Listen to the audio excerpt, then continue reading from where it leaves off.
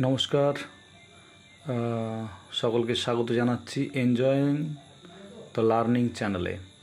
আজকের প্রথম প্রশ্ন, একটি সংখ্যা ৩৫ দ্বারা ভাগ করলে ভাগশেষ ২০ থাকে, সংখ্যাটিকে ৭ দ্বারা ভাগ করলে ভাগশেষ কত হবে?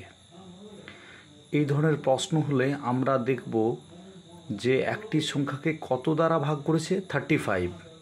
তাহলে 35 দ্বারা ভাগ করলে সংখ্যাটা বলতে পারি 35কে প্লাস ভাগশেষ ২০।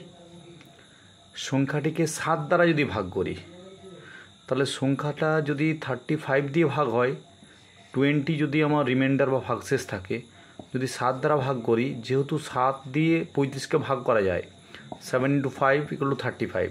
তাহলে এই পার্টটাকে যদি কেবলমাত্র আমরা 7 দিয়ে ভাগ করি তাহলে পাবো 7 × 2 = 14, 6। তাহলে রিমাইন্ডার হয়ে যাবে 6। So right option 6। এইভাবে এই ধরনের প্রশ্ন সহজে করা যাবে।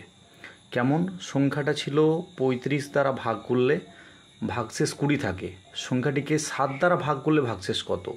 তাহলে যদি এই 35 সংখ্যাটি 7 দ্বারা বিভাজ্য হয় তাহলে যে রিমাইন্ডার থাকবে সেই রিমাইন্ডারটাকে আমরা 7 দিয়ে ভাগ করব।